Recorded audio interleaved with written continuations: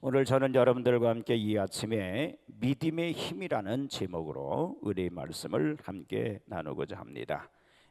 이 믿음이란 하나의 성서의 용어이거나 또는 형이상학적인 단어라고 보통 생각하기 쉬우나, 믿음은 에너지요, 믿음은 파워, 힘입니다. 미국의 자동차왕 헨리 포드는 학교 교육을 제대로 받지 못했어요. 그는 너무나 가난하고 불우한 가정에서 어린 시절을 보냈습니다. 그가 아직 어렸을 때였어요. 고생에 시달린 그의 어머니가 어느 날 갑자기 쓰러지고 말았습니다. 그는 급히 의사를 모시러 갔어요. 부지런히 뛰어서 의사를 모시고 왔지만 그의 어머니는 세상을 떠나고 말았습니다. 그런 가난을 원망하지 않을 수 없었어요. 그리고 자기가 좀 더 빨리 의사를 모시고 오지 못한 것이 못내 후회스러웠습니다.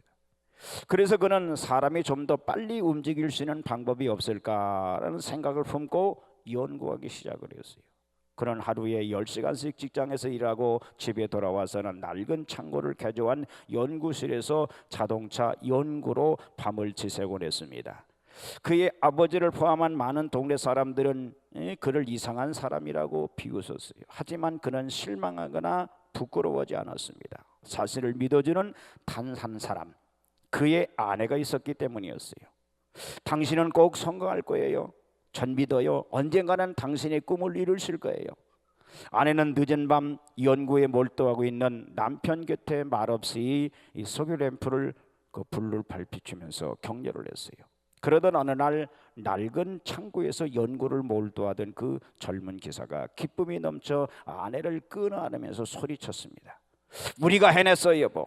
우리가 드디어 자동차를 만들어냈다고. 그날 고요한 새벽거리에 들려오는 요란한 엔진 소리에 잠이 깬 동네 사람들 모두 창밖을 내다보고는 놀라 입을 다물 수가 없었어요. 안개가 거치지 않은 새벽거리를 그 젊은 기사가 아내와 함께 4개의 바퀴가 달린 자동차를 타고 지나가고 있었기 때문이죠. 그가 바로 미국의 포드 자동차 회사를 설립한 헨리 포드입니다. 그렇게 해서 빨리 달리는 그 자동차를 만들어낼 수 있다고 합니다. 그는 뒤에 그 유명한 포드 자동차를 생산해서 억만장자가 됐어요. 그는 은퇴하면서 고향에 자그마한 집을 지었어요. 대기업의 총수가 살기에는 너무나도 작고 평범한 집이었어요. 주변 사람들이 너무 이건 초라하지 않나요? 호화롭지는 않더라도 생활에 불편하지는 않아야지요 라고 걱정하면서 포드에게 물었습니다. 그러자 그는 얼굴에 미소를 띠면서 이렇게 대답을 했어요. 가정은 건물이 아닙니다. 비록 작고 초라하더라도 예수님의 사랑이 넘친다면 그것이야말로 가장 위대한 집이지요. 그의 부부가 세상을 떠난 뒤 디트로이트에 그를 기념하는 건물이 세워졌습니다. 그 안에 포드의 사진이 걸려 있고 사진 밑에는 이런 글귀가 쓰여져 있어요. 포드는 꿈과 희망을 가지고 살았다. 그리고 그를 내조해 준 그의 아내는 믿음의 사람이었다. 여러분, 믿음은 힘이요 에너지입니다. 자원이에요. 자, 오늘 본문 말씀같이 이 믿음은 산을 옮길 수 있는, 즉 불가능한 것을 가능케 하는 힘이라고 하는 거죠. 성경에 보면요, 믿음으로 홍해를 가르고 육지같이 건넜고 믿음으로 사자들의 입을 막기도 했고 또 믿음으로 없는 것을 있게 했다고 그랬어요. 그러므로 믿음은 우리가 예수님을 믿고 죄사함받아 영생을 얻어 천국에 갈 뿐만 아니라 현실 생활에서도 축복을 받게 하는 거죠. 없던 물질이 생기기도 하고 실패를 성공으로 이끌기도 하며 질병이 고침을 받을 수 있고 사업의 번창을 가져올 수도 있고 위대한 능력이 바로 이 믿음 안에 있는 거예요. 그러므로 마가복음 9장 23절에 믿는 자에게는 능치 못할 일이 없느니라 그랬습니다. 태산같이 움직일 수 없고 해결할 수 없는 아무리 어려운 문제를 할지라도 믿음만 있으면 능히 해결할 수 있는 특권을 우리에게 주신 줄 믿으시기 바랍니다. 오늘 본문 중에 예수님께서 말씀하시기를 22절 23절에 같이 읽까요? 시작. 하나님을 믿어라. 내가 진실로 너에게 이르노니 누구든지 이 산들로 들리어 바다에 던지우라 하면 그 말하는 것이 이룰 줄 믿고 의심하지 아니하면 그대로 되리라. 아멘. 누구든지 믿음이 크면 클수록 큰 일을 할 수 있고, 반면 믿음이 적으면 적은 일밖에 못합니다. 아무리 똑똑하고 지식이 많아도요, 믿음이 없으면 아무 소용이 없어요. 깡통이 깡통. 어떤 이는 나는 믿음이 없어서 큰일이요 라고 말을 하지만요, 마귀건요 그거 아니에요. 마귀가 가둬주는 거짓말이지 믿음이 없는 사람이 없어요. 믿음이 전혀 없다면 어떻게 은행에 거액의 돈을 맡기고 중요한 서를 우체통에 넣고, 또 남자들은 새파란 칼을 들고 있는 생명부지의 이발사에게 목을 맡기고 잠을 잘 수 있습니까? 이와 같이 모두가 다 믿음이 있다는 증거인 거예요. 로마서 12장 3절에 보면 하나님께서 각 사람에게 분량대로 믿음을 나눠줬다고 그랬어요.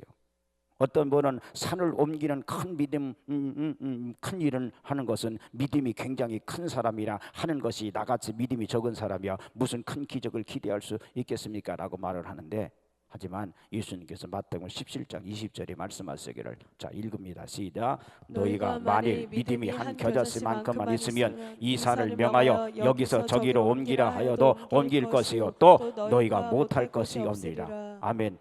믿음이 있으면 못할 게 없대요. 못할 게 없대요. 여러분, 겨자씨는 얼마나 작은지요, 먼지 같아서 눈에 잘 보이지 않는 거예요. 이와 같이 적은 믿음이라도 의심이 없는 믿음을 가지고 잘 활용하면 큰 역사를 이룰 수 있다는 거죠. 믿음이 얼마나 크냐는 것도 중요하지만 얼마나 참된 믿음을 가지고 그것을 응용하고 활용하느냐가 더 중요한 거예요. 여러분, 믿음이 뭐예요? 하나님의 뜻을 동의하는 분량만큼 믿은 거예요. 단순한 신념과 믿음을 구분할 수 있길 바랍니다. 제가 강단에서 믿음 믿으시기 바랍니다, 믿음을 굳게 가지시길 바랍니다 하고 할 때가 있죠. 그런데 어떤 분들은 내가 무엇을 믿어야 할지 잘 모른다고 그렇게 말하는 경우가 있어요. 왜 그럴까요? 제가 제대로 전하지 못하는 잘못도 있습니다. 믿음이 무엇인지를 잘 전하지 않고 결론만 이해했기에 그런 것입니다. 여러분, 신념은요 지적 동의지만 믿음은 행동으로 나는 거예요. 신앙이요. 예를 들어 하나님 앞에 물질을 드리지 못하는 사람은 믿음이 없는 그런 거예요. 믿음이 없어서 그런 거예요. 내가 돈을 많이 주께 드리면 그 상급을 천국에서 받을 수 있다는 믿음이 없어서 하지 못하는 거예요. 하나님께 드리는 것, 하나님께서 받으시고 내 영혼에 대해 내가 누릴 상급이 있다는 것을 믿는 사람들은요 물질 때문에 절대 시험을 받지 않습니다. 헌금 때문에 시험 들지 않아요. 오늘날 한국 교회가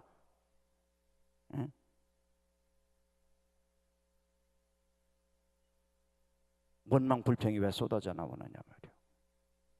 아우, 그 헌금 소리 듣기 싫어서 교회 가기 싫다고 하는 사람 있다고 그러잖아요. 어머, 여기도 있을지도 몰라요. 그 믿음이 없어서 그런 거예요. 아무 대답도 안 차나 봐.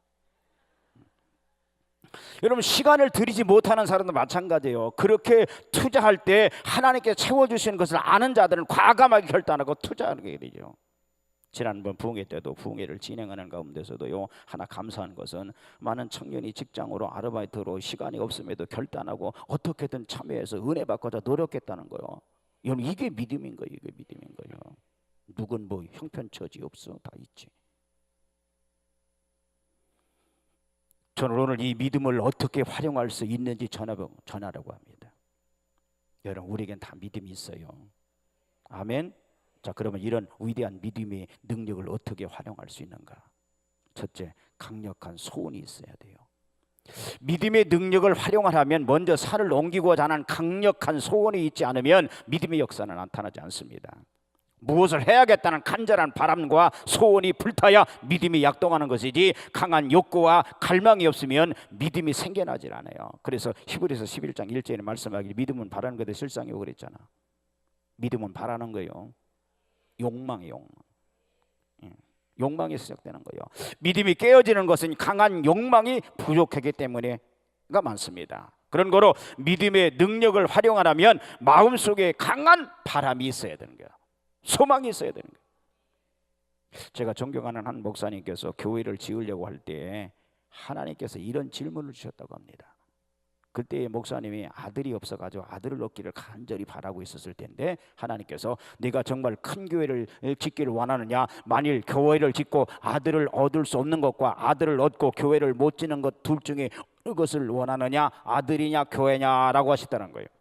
그때 이 목사님께서 하나님 간구하기를, 하나님 제가 아들이 없어도 좋습니다, 자식 하나 없어도 좋습니다, 그러나 큰 성전을 짓고 많은 영혼을 구원의 길로 인도하는 참된 선한 목자가 되기를 원합니다 하고 서슴없이 대답했고 그만큼 강력하게 기도했다는 거죠. 그랬더니 아무것도 없는 곳에서 아름다운 훌륭한 교회를 지을 수 있도록 허락해 주셨고 성전이 완공된 후에 하나님께서 아들까지 선물로 주셨다는 거예요. 이렇게 교회가 부흥되려면 부흥되야겠다는 불타는 소원이 있어서 그 욕망의 불에 다른 것들이 다 타버릴 수 있을 정도로 그렇게 되어야 돼요. 설교를 준비해 전하는 저도 교회의 부흥과 영혼 구원이 있어서 재산보다도 자식들이나 손자들보다도 또 명예보다 더 귀하게 생각하고 간절히 기도하고 원하는 게 있어요. 부흥의 부흥. 여러분, 사업에 성공하고 큰 부자가 되려면, 좋은 학교에 가기를 원한다면 간절한 바람과 불타는 소원이 먼저 있어야 될 줄 믿습니다. 빌립보서 2장 13절에 말씀하시기를 이렇게 말씀하셨죠. 시작. 너희 안에 행하시는 일은 하나님이시니 자기의 기쁘신 뜻을 위하여 너희로 소원을 두고 행하게 하시나니. 아멘. 하나님께서는요 우리의 바람, 우리의 비전, 이 소원과 꿈을 통해서 일을 행하신다는 거예요. 우리가 양심에 꺼리낌이 없이 강한 소원이 생기며 자꾸 기도가 나온 것은 하나님께 그것을 주시겠다는 뜻인 줄 여러분 아시기 바랍니다. 반면 무엇을 놓고 기도하는데도 힘이 없고 기도가 계속 나오지 않냐고 자꾸 좌절되고 자꾸 말이야 부정적인 생각이 나오면 이건 하나님 뜻이 아닌 거예요. 물론 여기서 내 개인적인 욕망인지 하나님이 주시는 꿈인지를 분별할 수 있어야 되겠죠. 단순히 기도하는데 100억이 생각난다고 해서 하나님께서 주시는 그런 차원이 아니라 성령께서 내게 주시는 강력한 소원이 하는 거예요. 이것이 내 생각인지 성령께 주시는 소원인지를 분별하기 위해서는 성령님의 음성을 들을 줄 아는 자가 되어야 합니다. 분별력은 내가 성령님을 어떻게 모시느냐에서부터 오는다는 걸 우리 알죠. 아무튼 큰 소원은요 큰 결단을 발휘하게 되죠. 그 소원이 강력하지 못하면 도중에 깨어지고 포기하게 돼요. 아무런 믿음도 아울러 믿음도 깨어지고 마는 것을 여러분 볼 수 있습니다. 예전에 한 교회에서 수십 년 동안 교회 성장에 관해서 연구하시는 저명하신 박사님들 모시고 교회 성장에 대해서 연구하는 모임을 가되는데 이때 모임 목사님들 한결같이 하시는 말씀이 성장하기를 원하는 교회가 성장하더라는 거예요. 성공하기를 간절히 바라는 사람이 성공하는 것처럼 뜻이 있는 곳에 길이 있는 것이요. 하나님께서 말씀하시길 뭐라고 했어요? 내 입을 넓게 열라 내가 채우리라 그랬잖아요. 성령님 앞에 아직도 내어놓지 못한 것들이 있습니까? 내려놓으시고 큰 꿈을 가지시길 바랍니다. 내가 주님 보시기에 은혜 받을 수 있는 그릇이 준비되는 만큼 주님께서는 큰 역사, 큰 은혜를 주시는 줄 믿습니다. 그러기에 우리는 믿음의 능력을 작동시키려면 나를 먼저 돌아보고 내려놓고 동시에 강렬한 소원, 불타는 소원을 가지셔야 돼요. 오늘 이 아침에 불타는 소원이 여러분들에게 일어나게 되기를 주님의 이름으로 축복합니다. 그게 믿음인 거예요. 둘째로 마음의 영상을 그리는 거예요. 강력한 바람이 있을 뿐만 아니라 다 이루어진 것 같이 마음의 영상을 그 사진을 찍으래요. 사진. 큰 교회를 짓기 원한다면 다 완성된 교회의 모습을 머리에 자꾸 그려야 하고, 의사가 되기를 원하면 의사가 되는 것을 머릿속에 그려야 되는 거예요. 이게 바로 믿음인 거예요. 지금 내가 보기에는요 저 산이 움직이질 것 같지 않지만 다 옮겨진 모습을 마음속에 그림으로 그리며 영상을 그려야 돼. 믿음은 바라는 것들의 실상이라고 하는 말은요 내가 바라는 것이 다 이루어지지 않았지만은 다 이루어진 것처럼 그림을 그리는 거예요. 실상을 마음속에 그리면서 환상을 보는 거예요. 아멘. 저 건물을 갖고 싶다 하는 마음이 기도하는 게 왔다 그러면 그 건물이 내 것이 되기 위해서 항상 내가 저기 주인이다, 내가 저거 주인이다, 내가 저거 주인이다, 내가 저거 주인이다 라고 마음에 그리고 아멘 시인해야 돼.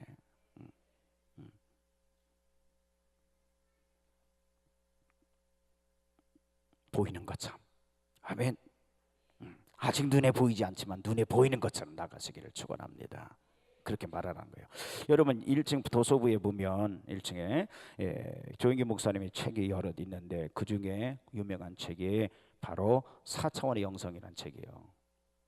우리 교회 교인들 중에 많은 분들이 보셨을 줄 아는데 아직 보지 못한 분들이 있다면 기회가 되면 꼭 읽어보시기 바랍니다.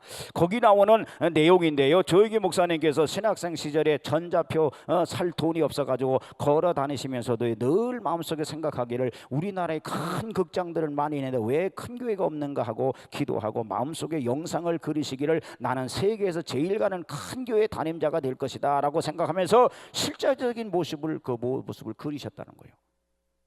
그래서 그 영상을 그린 대로 세계 최대 최고의 80만이라는 성도를 갖는 큰 교회를 담임하시게 되었고 그 영향력은 엄청난 거죠. 인도네시아에서의 한국 하면 아는 것이 청와대요. 그리고 조영기 목사님이라고 했대요. 저 아랍권에서 중동에서 그 나라에 가가지고 목사님께서 설교를 하시고 수백만 수천만 명의 개종자가 생겨나가지고 그 나라에서 일국 금지령을 시켜놓을 정도라고 했으니 그 영향력이 얼마나 컸던지를 알게 합니다.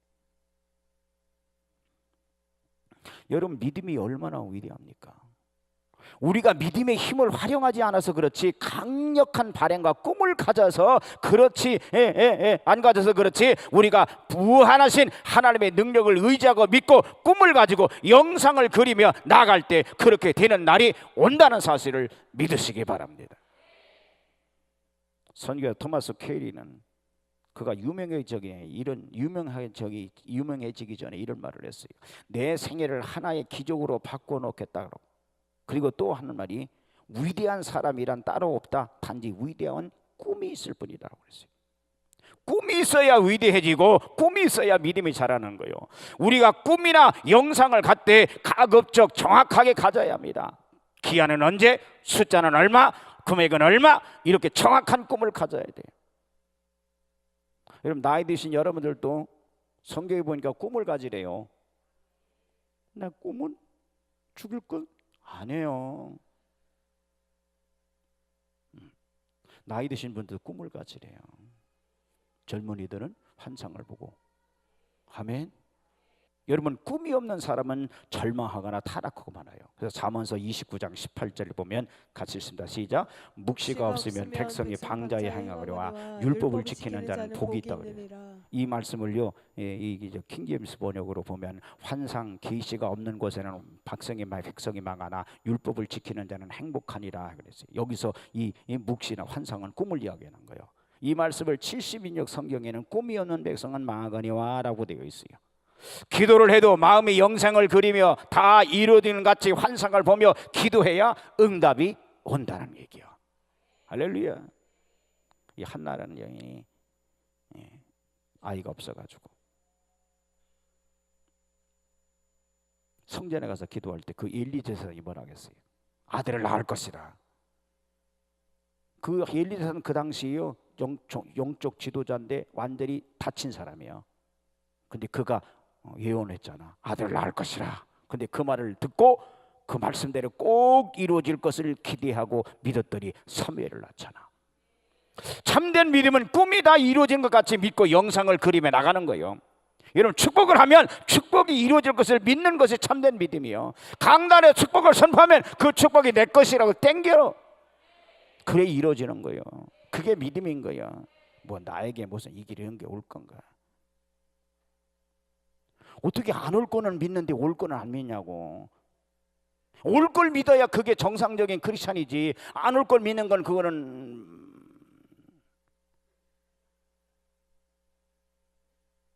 사타니스트인가?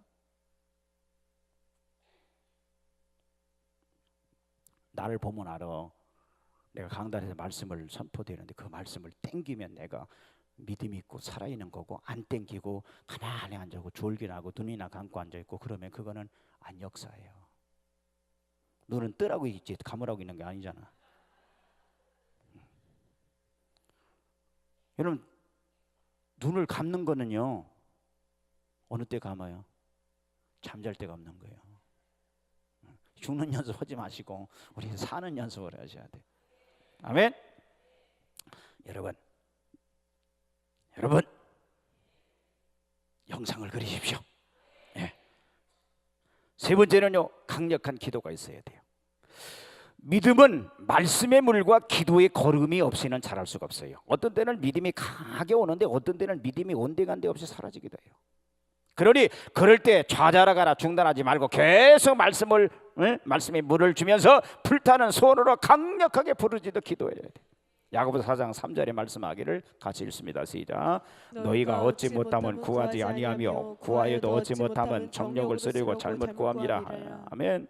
우리가 마음속에 어떤 목표가 있고 소원이 있으면요, 간절한 마음으로 주여로 기도해야 돼. 앉아서도 서도 무엇을 하든지 그 생각으로 꽉 차 있는 불붙는 듯한 열망이 있어요. 그래서 바울은 뭐라고 했어요? 쉬지 말고 기도하라고. 열망을 잃어버리지 말란 말이에요. 교회 와서 기도할 때는 분명히 믿고 기도하는데 이게 이루어질 것 같은데 저 문만 나서면은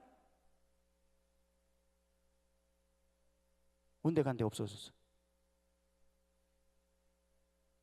기도란 교회부터 와서만 하는 게 아니에요. 교회에서 기도가 삶을 통해서 계속 이어져야 돼요. 마태복음 7장 7절에 보면 같이 읽습니다. 시작. 구하라 그러면 주실 것이요, 찾아라 그러면 찾을 것이요, 문을 두드리라 그러면 너에게 열릴 것이니. 아멘. 끊임없이 간절히 낭만하지 말고 기도로 구하라는 거예요.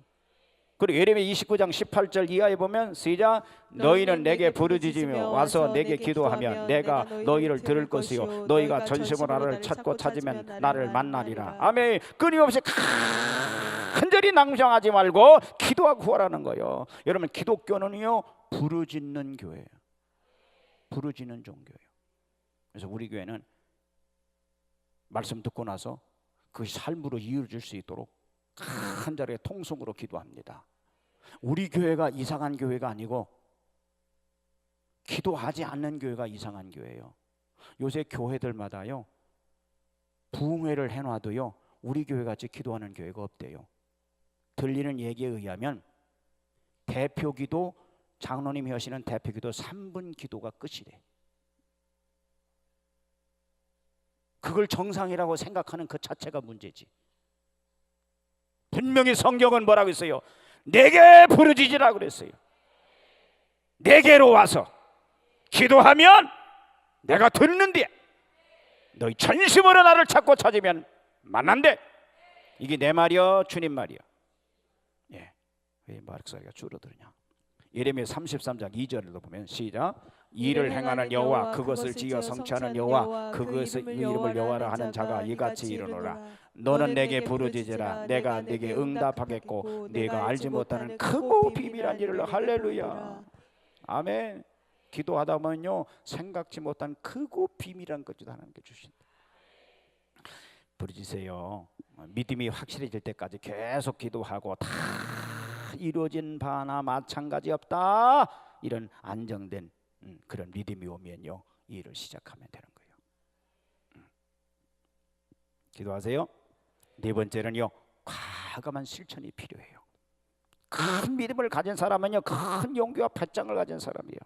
의심은 곧 용기의 결핍으로 나타날 때가 많습니다. 실패하면 어떻게 하나, 곤란한 문제가 대두되면 어떻게 하나, 희생을 하게 되면 어떻게 하나, 등등 의심과 그런 두려움이 생기게 되면 안 되는 거예요. 실패할지라도 어떤 희생이 따른다 할지라도 용기를 가져야 돼요. 네덜란드 유명한 화가 렘브란트입니다. 그는 젊은 시절에 사랑하는 아내를 잃고 방황하던 중 극적으로 하나님을 만나요.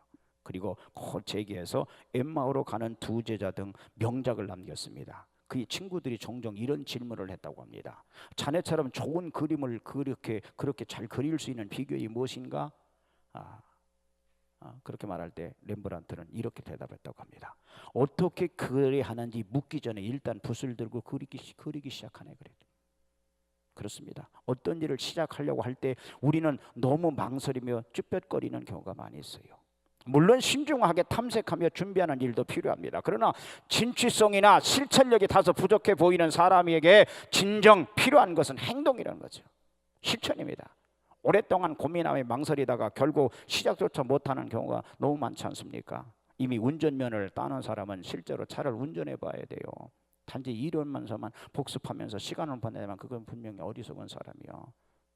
장롱면허 그러면 그렇게 얘기하지 말고요. 장롱면허를 가지고 나오세요.